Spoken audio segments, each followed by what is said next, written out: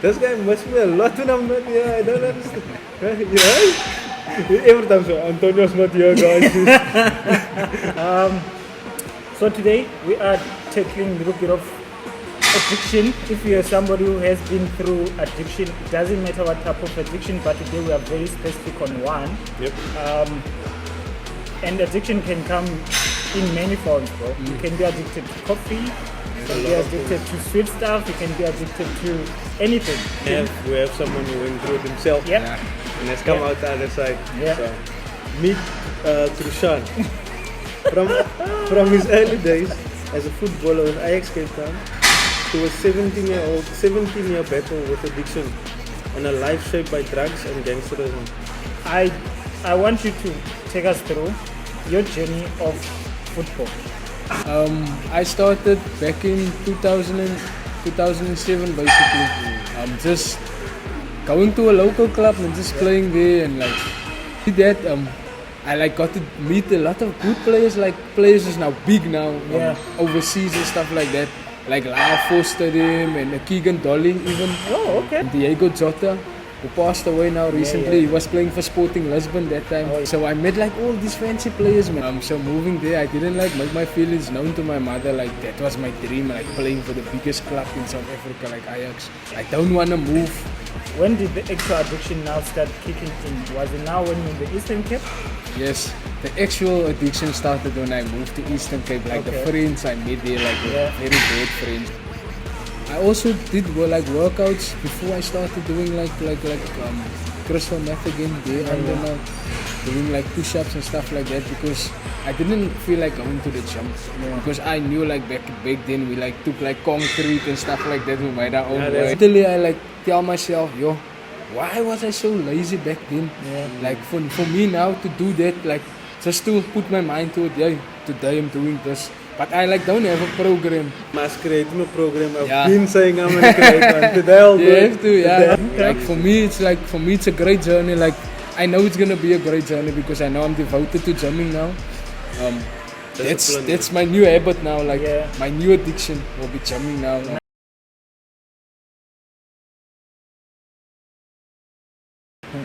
Don't bring that up, please.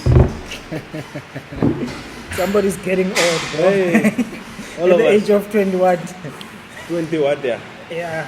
20 what? Keep it there. Yeah, right? Yeah, no, it's all good. Hey guys, welcome back to 𝘍𝘶𝘍𝘐 podcast. We are back. Yeah, we are back. Just like that. Yeah, Antonio is also back. This guy must me a lot when I'm not here. I don't understand. Every time so Antonio's not here, guys. Then I'm like, no, this guy must me, man. Bro, the thing is, as I said last time, you are my backbone. So if my backbone is not around, everything doesn't feel the same, bro. I understand. But I hope you enjoyed your hike. How was the hike, bro? It was good, bro. Yeah. The hike was good. After that 10K we did. Yeah, would not recommend it. Yeah, it was a 9K hike. Monday hike. Yeah, we were drained. He was actually with us. Yeah. So it was draining, but it Okay. was good. I saw you guys went to, what's that train? I think I did it also a while back. 𝘠𝘰𝘪𝘚. Yeah. It's in Stellenbosch. Yeah, We're by Kutsenberg. Yeah, Kutsenberg up there. Okay. Yeah. And it took us like I think 3 and a bit hours to complete the whole route. But you guys took your Up and time. down. Yeah, definitely. You didn't rush it. Yeah, especially after that 10K. Hey. My toes, bro. I could feel my toes also on Monday. I felt my toes. I said I don't know how runners do it, bro. No, remember they have the running shoes. We don't have those fancy running shoes. But they also complain about it. But they also complain about it. Some of them, I have seen a couple of videos, them complaining about how do people run and the toe, how do they keep the toes. So I think there is some things that there are special socks, there are special shoes. So I don't know, bro, but we're not the experts. Anyway, I see we're drifting off target.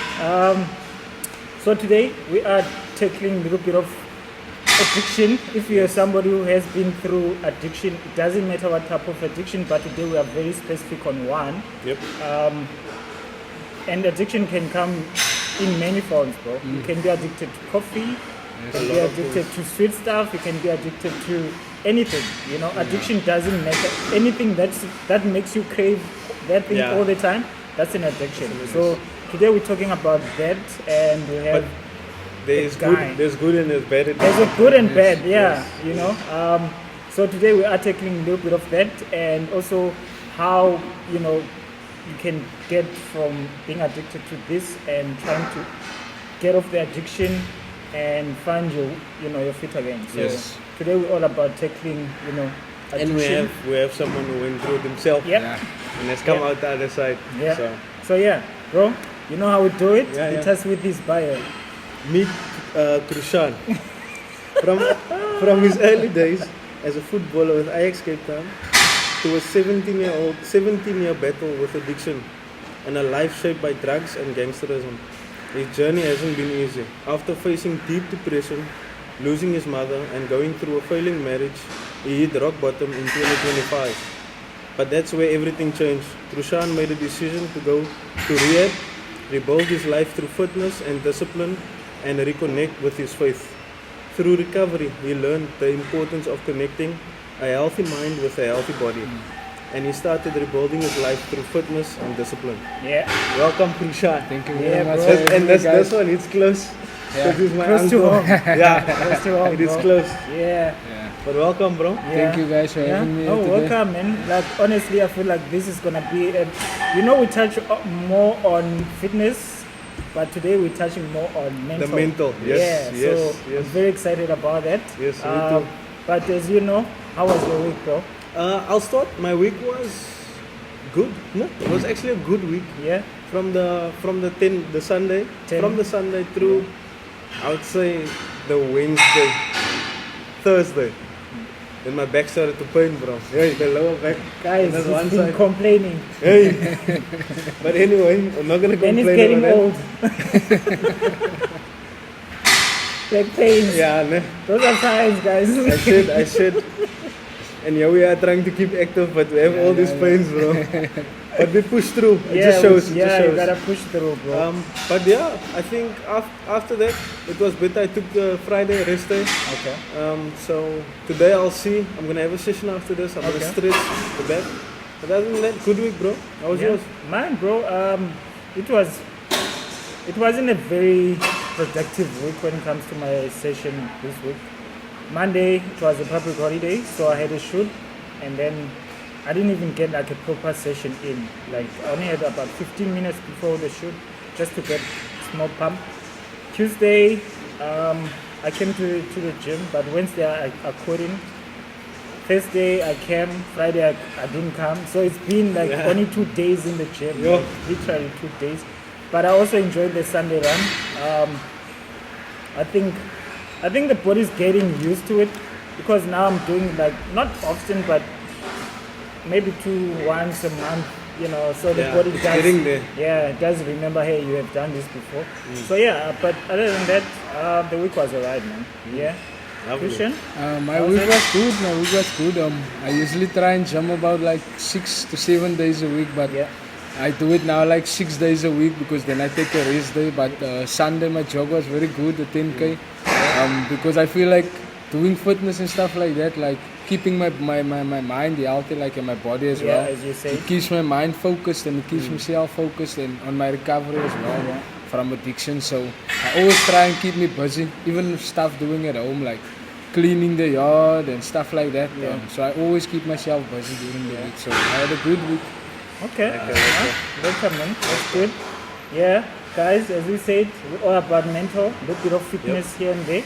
Yeah. As we said, we shoot from Body Future Gym. They know the location. Yes, Bear with us, the noise, the gym is busy again. But like we said, the people are serious this year. Not this year, like people are starting to be serious about their health. Exactly. In general, this time, sometimes when we started last year, you would see 3-5 people, but now there's more than 10 people in the gym, so that's good, bro. And for me, I support that, bro. Like, honestly, it's April and people are still showing up, so that means like, hey, they are actually starting to see the benefits, you know. So yeah, bro, to get into it. Yeah, let's get straight into it. I want you to take us through your journey of football. Because I want to know, as a soccer player, as anybody who plays fitness or anybody who plays sports, there's a level of fitness that you guys have to go through, and not everybody gets to know what goes through a soccer player's training session. We had one of the guys who plays rugby. He took us through his, his training session. Timmy. Yeah, Timmy. So I want you to tell us exactly like when you started playing soccer, how that journey was, and how did you go from just being a normal boy and playing for one of the biggest teams back then, Ajax Cape Town. Yes. I don't know what happened to that team, bro. Yeah, maybe you can also tell us. They just drifted away, that team, like financially. Man. Yeah. I started back in 2007, basically. Just going to a local club and just playing there and like playing there for a year. Okay. Yeah, I think it was a year and a half. So my coach told me about an opportunity. Yeah. I was still in primary school that time, so he told me about the opportunity that they had there in Cape Town. It's for Ajax Cape Town. So that time I was like, man, I don't think I will make it, but I'll try. I'll try at least to see. Doubting. And with that doubting, like I didn't know how good I was actually. So I was a defender back then. Okay. So going for the weekend, it was the Friday, Saturday, and the Sunday. We had like trials. So going there, doubting myself, I actually came in the Sunday. So we were playing like youth. Yeah. That time Ajax was like the biggest team in South Africa. They were class team. They were one of the top clubs. Yeah, they were one of the top clubs in South Africa. Yeah. So playing there, got to meet a lot of guys, but the training and stuff like that was very intense, like especially mentally. Like you have to stay on track. And during my second year, like I knew, like I was still at like 2010, me and my mother, we moved to Eastern Cape. Okay. So I knew I had like about 2 years, 3 years to play there, but I was telling my mother, no man, I want to be here. Yeah. And my mother didn't think of it like that, like, nah, you will make it. Like I didn't know. My mother never doubted me. It's just like she was a single parent. My father, my father, they divorced like long before I like basically became a teenager and stuff like that. So my mother was a single parent. She went through a lot of stuff. Like I didn't know how deep it was. So at the end of the day, I didn't tell her like, nah, this was my dream, like being a footballer. And the day when we decided to move to Eastern Cape, I never like made my feelings clear to her, like how I really feel about it, and and stuff like that. Like mentally, it like it ate on me, man. Yeah. So I started like before that. I got introduced to marijuana. In Cape Town. This was during my time playing for Ajax. Yes, this was my time. The introduction, was it from fellow soccer players or just friends outside of the club? It was like friends outside of the club. Okay. And like those who were playing with me also smoked, but they had like you get tested and stuff like that. So we like cheated. They knew the cheat codes. Yeah, we knew the cheat codes already, like how to go around it and stuff like that. So yeah, we did that. I like got to meet a lot of good players, like players who's now big now, overseas and stuff like that. Like 𝘍𝘶𝘍𝑒 and 𝘁𝑒𝑠𝑡 even. Oh, okay. I remember players like 𝘁𝑒𝑠𝑡, that was a baller. Sundowns, right? Yes, that was a baller. Now back then 𝘁𝑒𝑠𝑡 played for who did 𝘁𝑒𝑠𝑡 play? I can't really remember, but I met him here in Cape Town. We were like having a tournament. So I met like all these fancy players, man. 𝘠𝑰𝑔𝑜𝑗𝑜𝑡𝑎, who passed away now recently. He was playing for Sporting Lisbon that time. Now basically all the international teams, they used to come to South Africa and we had like a tournaments and stuff like that. And being introduced to marijuana, started smoking that, like getting a good feeling. And then after that, like shifting from the marijuana, like you wanted something strong, like experimenting with crystal meth and stuff like that. But that time for me it was just like experimenting. And back then I was like 15. You can see others are doing so, like it must be something that anybody can do. That time I was about I won't lie, but I was about 15, 16, round about there, like just experimenting, man. And that time it wasn't so hectic. Like for me, I didn't know it was so hectic. Like how it's gonna turn out. Basically, moving to 𝘕𝘰𝘥𝘺 in Eastern Cape. So 𝘕𝘰𝘥𝘺 6300. Yeah, so Is moving. that where you're going? Yeah. That's where you're gonna. Not 𝘕𝘰𝘥𝘺, but 𝐁𝐨𝐝𝐲. It's like close to 10 k's apart. 13 k's, yeah. 13 k's. So moving there, I didn't like make my feelings known to my mother. Like that was my dream, like playing for the biggest club in South Africa, like Ajax. I don't wanna move. And I think, obviously the move must have had a lot of impact on how you dealing with the fact that one, you're moving to a different place, you're living a dream that can possibly take you places, and you're not also being vocal about it. And obviously you're staying with your mom, she's a single mom. Even if you try to reason with her for you to stay this side, she might say no. So I can imagine all that like going through your head. But okay, cool. So now you get introduced to marijuana, and then it's crystal, and then when did the actual addiction now start kicking in? Was it now when you're in the Eastern Cape? Yes, the actual addiction started when I moved to Eastern Cape. Like the friends I met there, like very bad friends, like they will influence you like quick, man. You get influenced very quick. And you also want to fit in. And I also want to fit in because it's a new place. It's a new place. I don't have friends. I don't like. I wanna like.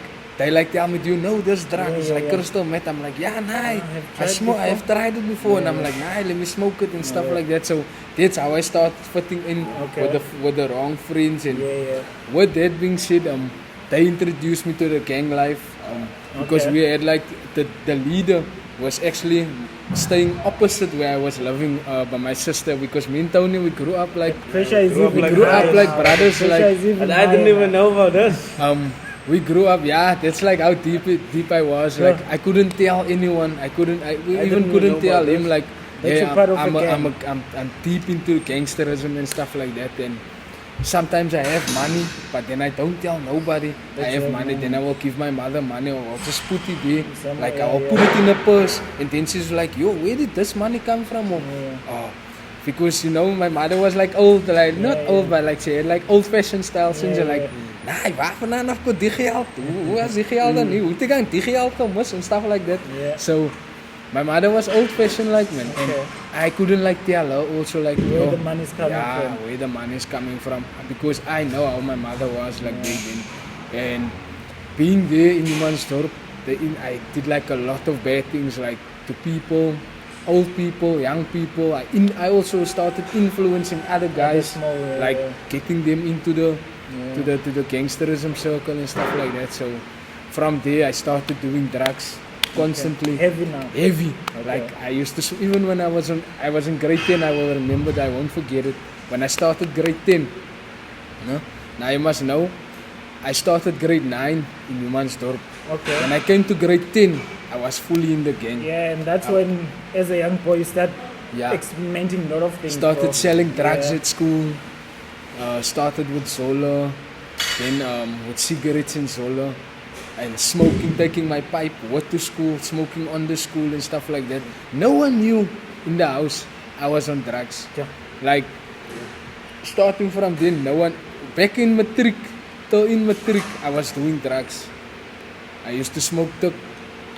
In my final exams, I used to do it heavy. Like no one knew what I was going through, man. And like the fact that like my biological father, I didn't know and stuff like that. No, it ate on me, man, because I didn't know that time I was dealing with depression, because I didn't know what depression was. And for a young man or for a man not to speak out, like for us it's like, yo, it's a movie. I can't even punch fatty, and like mentally like it crushed me and stuff like that. So yourself, I have to keep it like back then. I have to keep everything to myself. Like stuff will just work out. And I think like that's one thing. A lot of young men or older men also go through. Not talking about their issues, like speaking about how you feel.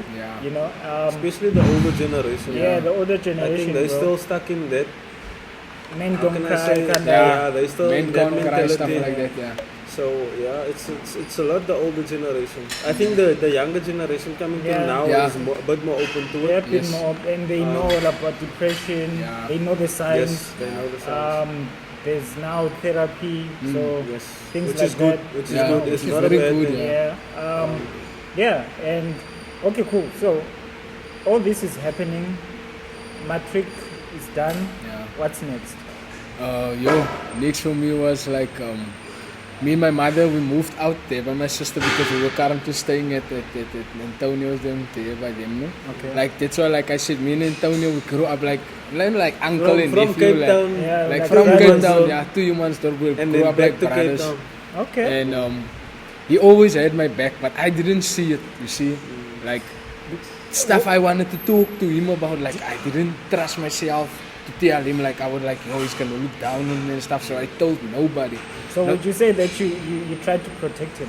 Yeah, I basically also tried to protect him from that life. things, Yeah. yeah. And like even when we had to go out, like I always had something, like even if I go with my backpack, like I always had something in my bag or something on me, like just to like nobody would know.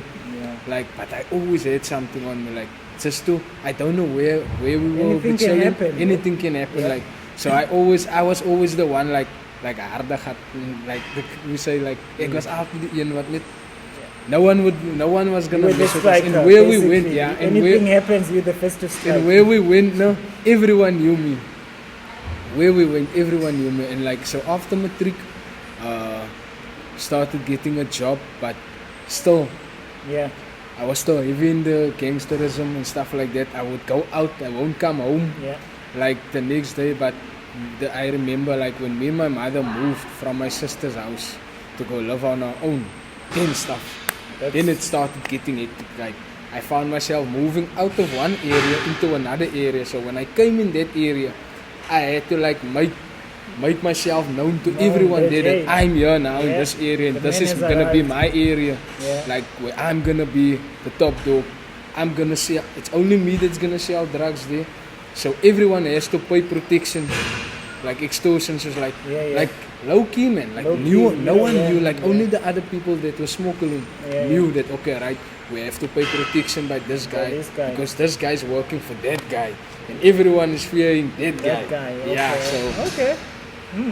Me and my mother used to stay there like low key. My mother knew something was up, no, but she didn't know where to put the evidence. Yeah, she didn't have evidence. So one, like after my 21st, when I got 21, my mother broke the news to me. She told me like my father that I thought was my father was not my father. Actually, not my father. And like I knew something was off a little bit, no. But my sisters knew, my brothers knew, but they didn't know how to tell me. So when my mother broke the news to me, I didn't tell my brothers and sisters that like I know. Now you know. Yeah, now I know. Like I also didn't have that courage to tell them because I thought maybe they're gonna treat me different and stuff like that. Because for me, you know, growing up, like how I grew up and like how my mother raised me, like from nothing, like that's why I'm used to everything. I can be poor, I will still be grateful. I can only eat peanut butter bread, I will still be grateful. Like anything, man. Like that's why I always tell my like even my children also, no. I tell them, ze moet alles kan eat because ek eet alles. That's how I grew up. Like you have to eat everything because you can't say nah. I won't say when I come to your house, you tell me nah, do you eat this? I'm like I eat it. Eat it. Nah, but this is like nah, I eat it. Like so that's how I grew up. Like I would say I grew up. I won't say I grew up poor, but I grew up like my mother raised me right, man. So when she broke that news to me, I was like very angry. I don't know. I don't know why I was angry at myself. But I was like basically angry at myself. No? So I like, what can I say? I put a lot of pressure on myself, man. So that also made that I started doing drugs more intensively. So at the end of the day, when my mother passed away, I had my girlfriend who I married, who was my ex now basically. She made me come out from the drugs. Okay. Basically. So she helped you. Yeah. For about 7 years. Okay. Until I moved back. Like I came here to Cape Town, moving to Cape Town because I had to jump there. Yeah. In 𝘕𝘠𝑗𝑒 because they wanted to kill me. So I moved back to Cape Town back in 2019, I think.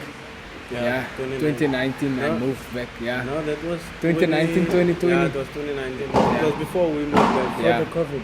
Yeah. Okay. So I moved back like that, like shifted me. The shift. Yeah. So I started using in between, but not so heavy because I had someone, you know, that like, nah, you don't. This is not right. She used to tell me, nah, this is not right. Don't do this. Yeah. Stuff like that. Because when I met her, she was pregnant. Okay. You know, with the other guy's child. Oh. So I told her, man, I want you. But then she told me, if you want me, you have to stop this lifestyle, basically. Like, I know what you are doing. Because she knew who I was in the streets, what I was doing and stuff like that. And her parents knew it also. So her parents told me, nah, you can't take my daughter if you're going to do this and stuff. So I basically got myself down and from that. And that was the same year my mother passed away. Yeah. So my mother was also actually surprised, like, yo, you're getting fat now and you still smoke. Nah, I don't smoke anymore. And then I could see like she was happy. She passed away 2018. That was 2018 when she passed away. So the people in my rival gangs like started saying, hey, this guy, he's not in that stuff anymore. Yeah. So this is our chance now to get him, and they like started putting out threats and stuff like that. I'm like, nah man, I'm not in that life anymore. But then they let me know, okay, but we're still gonna kill you. Yeah. We're still gonna get you. Yeah.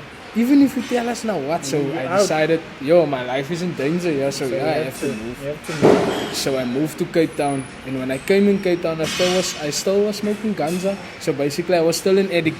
Yeah. So I started coming down from it slowly but surely and stuff like that. But when I moved back to 𝘕𝘠𝑗𝑒 in 2023, now you're back to the Eastern Cape. Yeah, I'm back to Eastern Cape now again. So your life was no longer on thread, like. Yeah. Okay. So when I moved there, they saw like, but this guy, there's a change here, man. Yeah, there's a change. So we're gonna leave him, because then I went to my rival gang. I'm like, guys, listen here, here's the deal, man. I'm not a gangster anymore. Yeah. I'm out of the number completely. But hey, you have a big number. So I'm like, nah, I'm out of the number. I don't control areas anymore. I don't want nothing to do with you guys. I'm on a righteous spot. But that time, I believed in God. Yeah. I went to church and all that, but I didn't trust Him enough with my life and for the path I want to take. So basically that transition I made, like, okay, I believe in God and stuff like that, but in my mind and in my heart, I knew I didn't believe in God. Believe it. Yeah, okay. I didn't believe it. So I knew like stuff is not gonna work out. Like deep inside, I knew stuff is not. And my wife, actually, who's my ex now today, she was like my main trigger, because she used to drink a lot. Yeah. And after I got married, stuff started changing. Like, I will come out of work, I find myself, I must do the dishes, I must do the washing, I must look after the children, I must get them ready for school, I must do all that stuff. So the only thing I knew that was gonna help me with all that stuff is to smoke them. You see, and once I started smoking again, I'm like, I couldn't see like the change that stuff made in my life. Like, I started losing weight, I started forgetting about God, don't pray anymore. I just go to work. I just go to work basically for my kids. Yeah. I don't give less for my wife anymore. We don't have intimacy, nothing like that. Like, we don't have that connection anymore, man. I start doing groceries on my own because I can't trust her with the money. But back in my mind, I'm also using drugs. Yeah. So at the end of the day, both of us were in the wrong. But like, I feel for myself, I can blame nobody but myself. But yourself. Yeah. And I also did like workouts before I started doing like crystal meth again, there under now, doing like push-ups and stuff like that because I didn't feel like going to the gym because I knew like back then we like took like concrete and stuff like that. We made our own weights. That's how we made our own weights, bricks and stuff like that. So that's how we did it. Okay. And like from there on, everything just went downhill. Yeah. Like, before we get into the your fitness journey, let's first talk about the faith. You just touched a bit of it. Yeah. You know, after you got married, there's a lot of things which happen. And you forgot God can actually save you from all these things. Yeah. But how did it help you mentally? Obviously, physically, you know, you were not going to the gym, you were not doing anything active. But how did it help you with you believing there is a God there, but that God can't actually save you from all this issue that you're going through? How did you manage to find Him again? Like, that's part of the story of how we went to rehab and they finding God again and stuff. Okay. When my sister, them, my brothers, they all like, hey, don't you wanna get better? Don't you wanna? Yeah. I'm like, after we saw him, bro. I'm like, after I saw him. I'm like, nah, I can do it, bro. You could see his cheekbone. I was like, you see this pole, yo? Yeah. Yo, I think I was thinner. But I told myself, I can do it on myself. Yeah. I can leave this stuff on myself.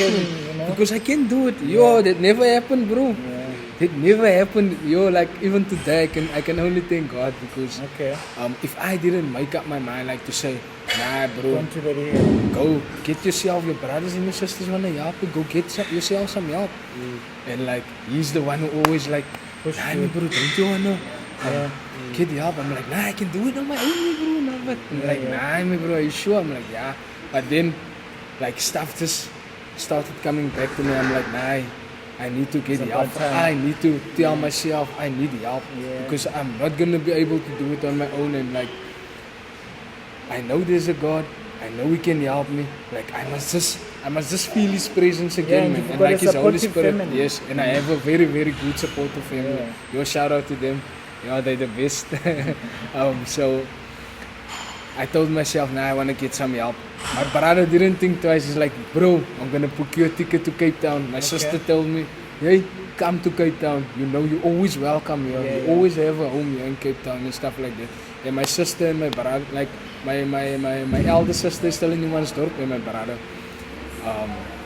And then that's my sister, his mother, that's in Cape Town. And like his mother, we always had like a very close bond, man. And she's like, we wanna help you.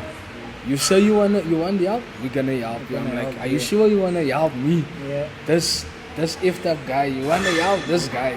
They're like, baby bro, we're gonna help you. We're gonna get you the best help we can. I just decided that day, just then and there, like, nah, I want some help. Moving back to Cape Town this year. January, I came here in Cape Town. I did like my doctor's appointments and stuff like that before I would go to the rehab. Shout out to Ajax King Treatment Center. You guys are the best. I got into Ajax King Treatment Center in Stellenbosch. Okay. I was there for 9 weeks. Like I just thought like, nah, this is only gonna be for me. Like get off from the drugs and everything because I still had cravings. Because I was on marijuana, I was on crystal meth, I was on cat cocaine, and Mandrex. That was like heavy stuff. But my drug, we call it the drug of no choice. Which is? Was crystal meth. That was like for me, like coming here, like I had like the jitteries. Like I remember I came here on the 8th of January and I was still high. Yes, I was still high, very, very high. On that day I was still high. So I decided, nah, man. I remember. I decided, nah, this is not for me, man. Nah, this is not for me. This is not the life, basically, man. Yeah. So when I got into the rehab, I thought like, nah, this is only gonna be like for me to get myself rehabilitated from the drugs. Yeah. But when I got there, I'm like, yo, this is like a place where they actually change your whole mindset, your whole, like, your body and your mind. Yeah. Basically, because you do fitness there, there's a gym there. Okay. Yeah, I actually wanted to. You eat healthy. You eat healthy there. You eat a lot. You eat a lot, yeah. You eat about like 6 times a day, and that for me was, yeah. I mean, most of the guys. Okay. I also used to have friends who were also part of this addiction. Yes. And some of them, they went through rehab during the time we were in high school. So they disappeared for like few weeks, you know. And I remember seeing them back. Yeah, bro, they looked healthier, bro. Like they looked like, these guys, they sleep a lot, they eat a lot. Like they looked very healthy. So I do remember seeing like one of the guys. I remember how skinny he looked when he went, and then when he came back, how, you know. So yeah, I do have a little bit of story about staying in rehab. It's good. Yeah. It helps you mentally. But take us through the physical. The physical. Yeah. What kind of physical exercises or workouts do you guys do just to help you, you know, clean yourself? Physically, well, like the first 2 weeks when I got there, I didn't use the gym. Okay. There's a gym, and I'm like, back then I was very lazy. Like when it came to gymming, like he used to force me a lot. You say, yeah, I'm gonna join later. No, I'm not gonna join. That's another. What's his name? My cousin. Yeah, your cousin. Apparently it's Jamin. Crushaan. So he used to force me a lot. Like, are you gonna work out with me? I'm like, yeah. But when it came to that time, I'm like, nah, bro. Nah. So we had like the second week by Rehab, we had like a survival series. Okay. Like that was to test you mentally, physically, and spiritually. Okay. So we did like a weekend, the Friday, Saturday, and Sunday. We had like a survival series, like the second week when I came there, and like I was still smoking cigarettes, man. Okay. Oh, so, you're allowed to smoke that? Yeah, you're allowed to smoke cigarettes, but now I'm like, you're trying to also don't smoke cigarettes, guys. Not good. I can finally say that. So, like, I asked God, like, I was struggling like 2 weeks, like to get off from the cigarettes and stuff like that.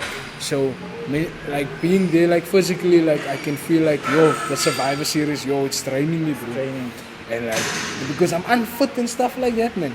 Like the running and I'm like, you lose your breath very quickly. Yeah. And like the Saturday, I just said, nah, man. I gave that cigarette back to the one friend who's there, but I'm like, nah, bro, I'm not gonna smoke anymore. He's like, are you serious? Yeah, I'm like, I have a packet of cigarettes there in my room, so I'm gonna give it to you. So I'm like, nah, this is the end of the road for me. Like, because I start feeling my chest, like, it's like caving in, man. Like I can't breathe properly and stuff like that, and like everything is just getting too much, man. Like physically, like unfit and stuff like that. So after that Survivor Series weekend, I'm like the Monday in gym. I find myself in gym. The Tuesday I find myself in gym. I'm like, the guys there was like, hey, Crushaan, you know, like this is your second day in gym. I'm like, bro, this is gonna be part of my life journey going forward now, guys, because I remember I like tell them also like I was very lazy. I used to play soccer and they're like, and like Mondays we play soccer, we have like a sports day, and then Friday we have like sport because we have like a roster at Rehab, like what you do every like day. Monday to Sunday, what the programs is, and like I told the staff, can't I get the keys like for the facilities, because I want to be the one who opens the gym, I want to be the one who locks the gym, like when I'm there, bro, I open the gym like 10 minutes before the time, and then I just close the door, then I'm there doing a workout. Like when they come, they're like, bro, why is the doors closed? I'm like, yeah. You have to, when you open the doors, you must find me here inside. So that was just Monday to Monday, because it's there at Rehab. There's not a lot of stuff to do, basically, besides the classes they give us and stuff like that, like for mentally, preparing you mentally and spiritually. So like on a Saturday, I'll go full out in gym, because the gym opens 10 o'clock, then it closes 7:30. My bro, I will find myself there 8 o'clock in the gym. Then it's tea time. And then like, you have the key, man. Yeah, I have the key. Then like, bro, we're looking for you. I'm like, just put my bread there one side. I'm coming now. 8:30, I'll still be there. So like, when I got home, ask him when I got home, like, this is the Friday. Nah, I'm like, going to the gym now. Nah, the Saturday, I think. I'm like, nah, he came here to come do a podcast, yeah. I'm like, nah, gonna go in the gym now, like, just stay. Garage. Yeah, I just open the garage and then I'm full out there in the Your gym. mini gym at home. Yeah, that's like my new... that's his area now. That's my area now. Playground. It's my playground now. Okay. So then I just go full out and like after that I'm like, mentally I like tell myself, yo, why was I so lazy back then?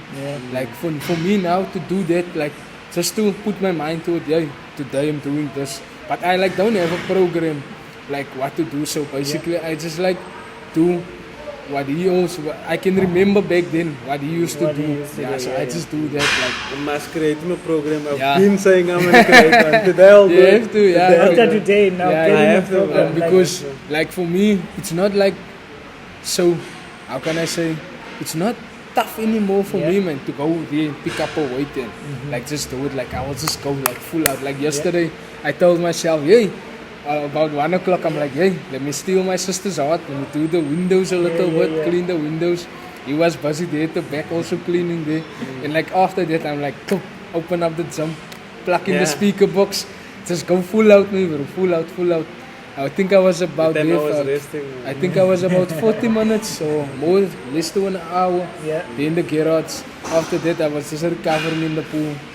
Yeah, so like for me, it's a great journey. Like I know it's gonna be a great journey because I know I'm devoted to gymming now.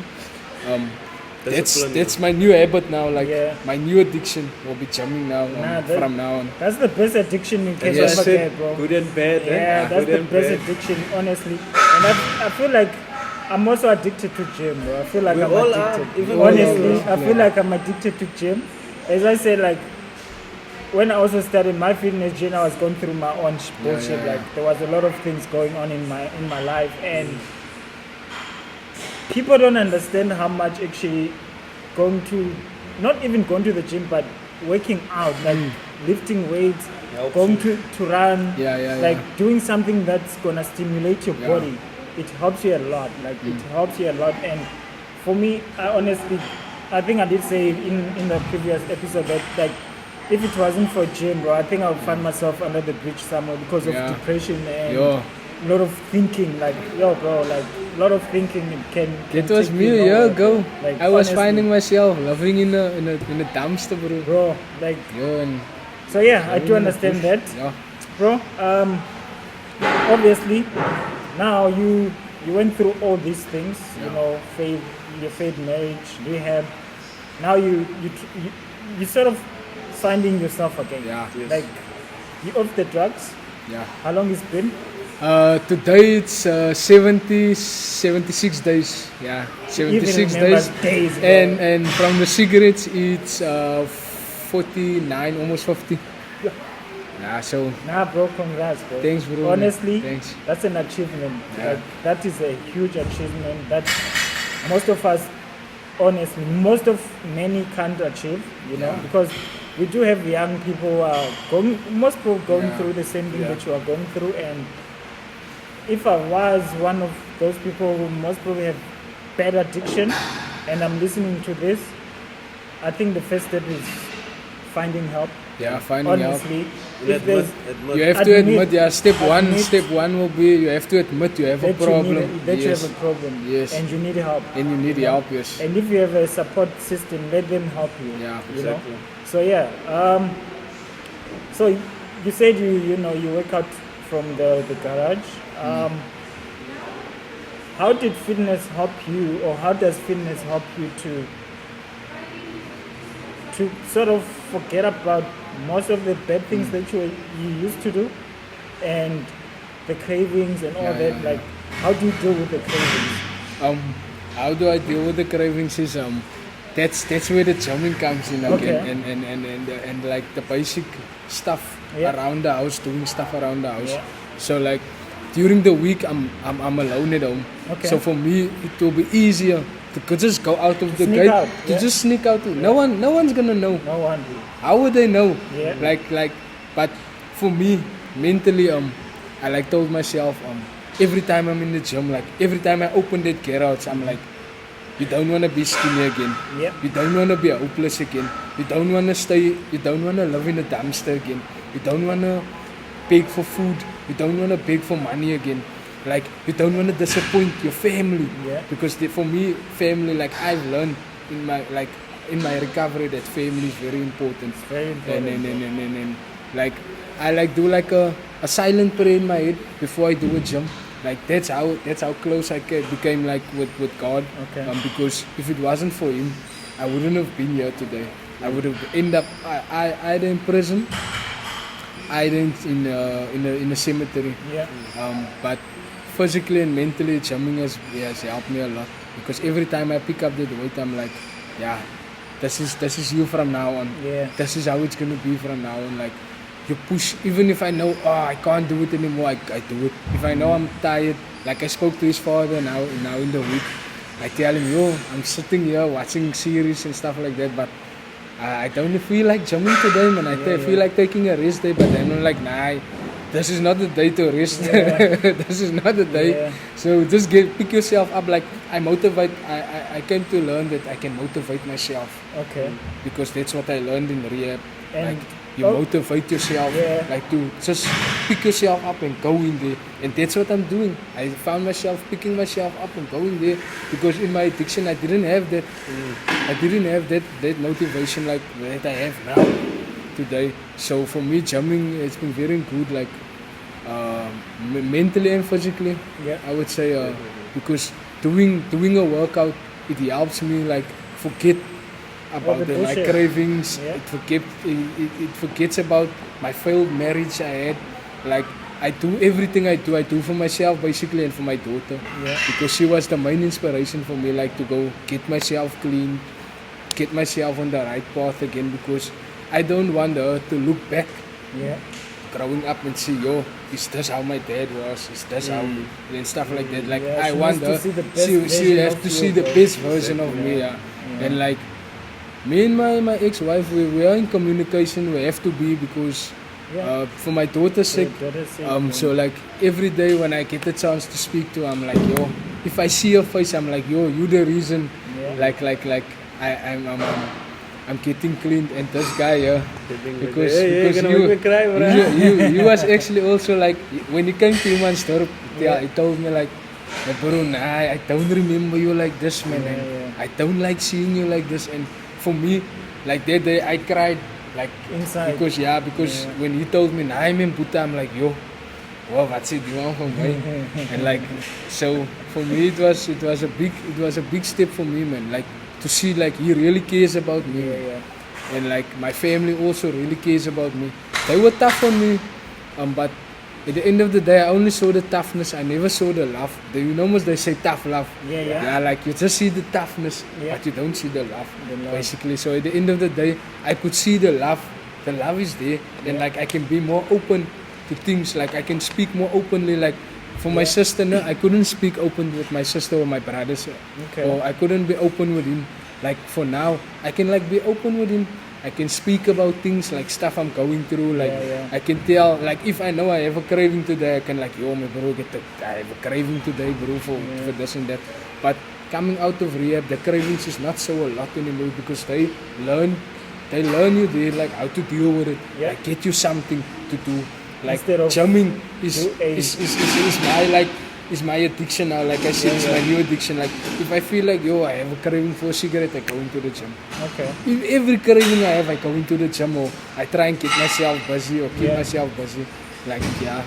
Okay, bro. And speaking about the relationship before with God, how has that changed from before to now? And how has the rehab helped you in that way? Where it is now. Completely forgetting about God in my addiction. For me personally, I don't know how other people see it.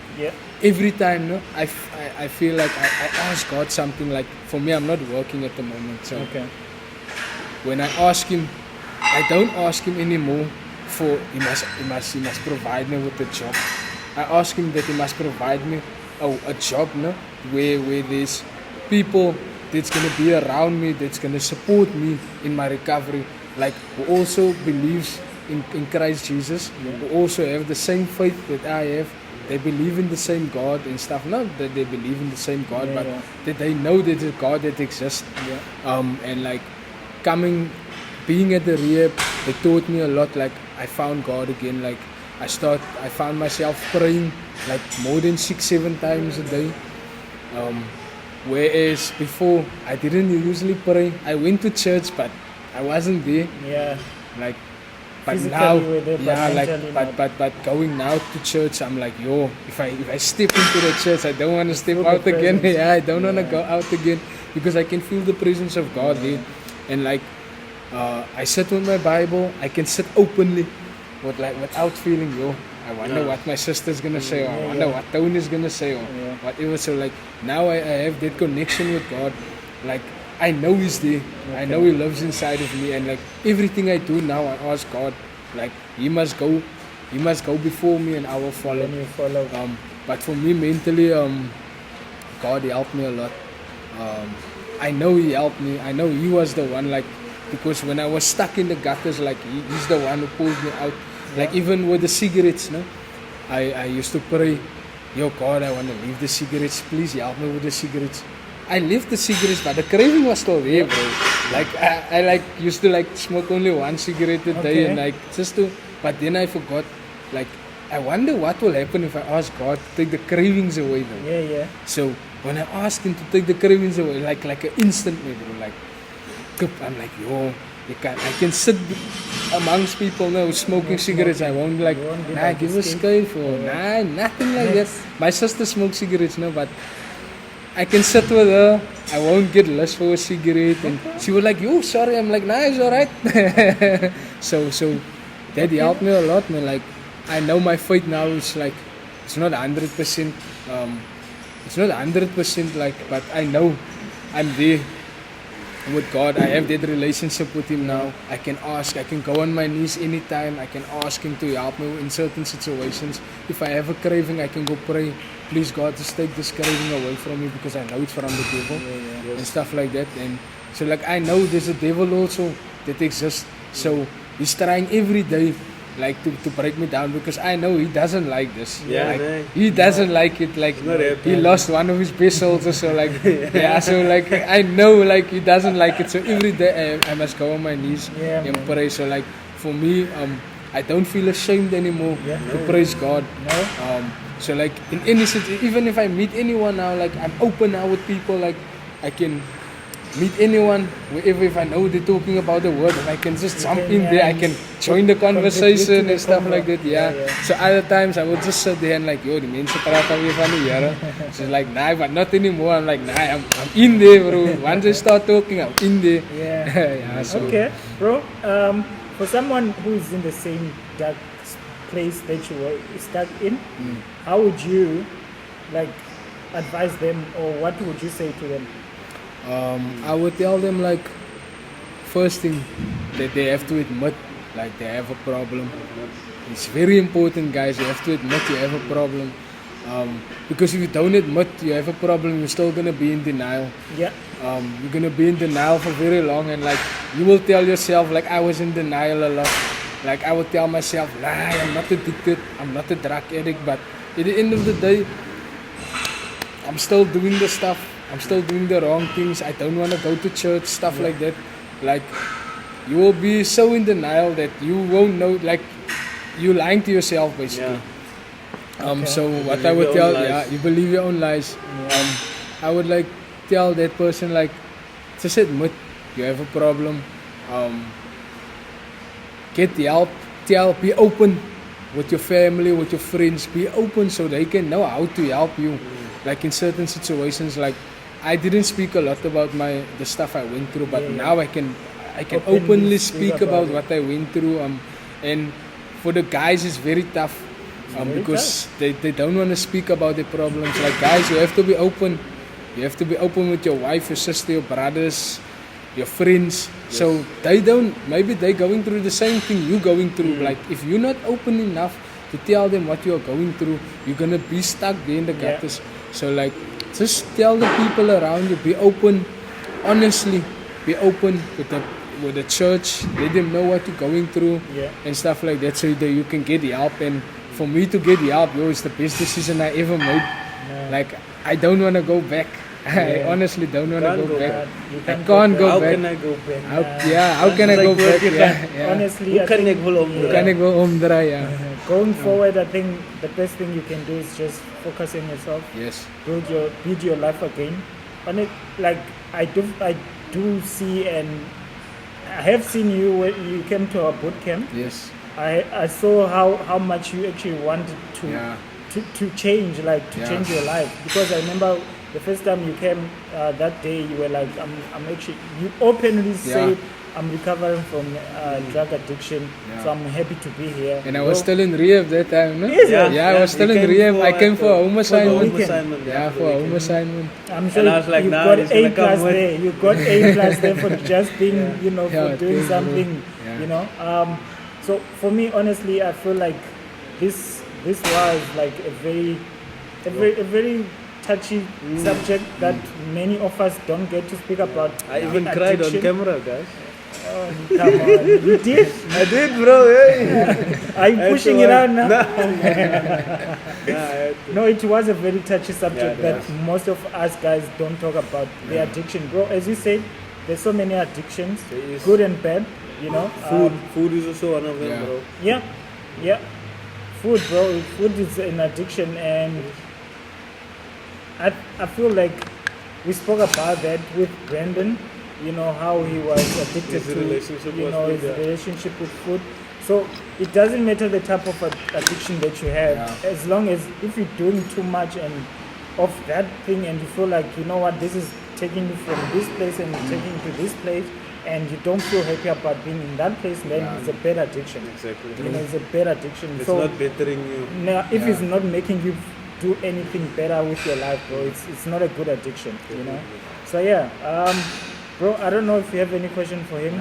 That was very inspiring, bro. Did you even know about all this, bro? No, like you said, he protected me, not knowing. Although I was also one of the guys back in the day. Bro, I was a track star almost, man. Yeah. So I was influenced a lot, but I didn't follow the crowd like that. Okay, See? I was more of a, I'm rather than do this than go there and go party and go wild and stuff like that. So, I didn't know, bro. I didn't know. There's some things I don't even know today. So, hey, bro. No, honestly, all I can say is thank you for deciding, to share your journey, to opening up. Like, I feel honored. I'm not gonna lie, bro. I feel honored for you to decide on opening up on our podcast. Like, I don't know if you have, as you said, I don't think you have shared this. I didn't share this with anybody else. So this even is my very sisters. special. Honestly, this is very special. And all we can say to our viewers, if you're going through an addiction, first step, as you said, admit that you have an addiction and seek for help. And don't forget people who are there for you. It's basically on like we get like when you're in the rehab, you get like a 12-step program.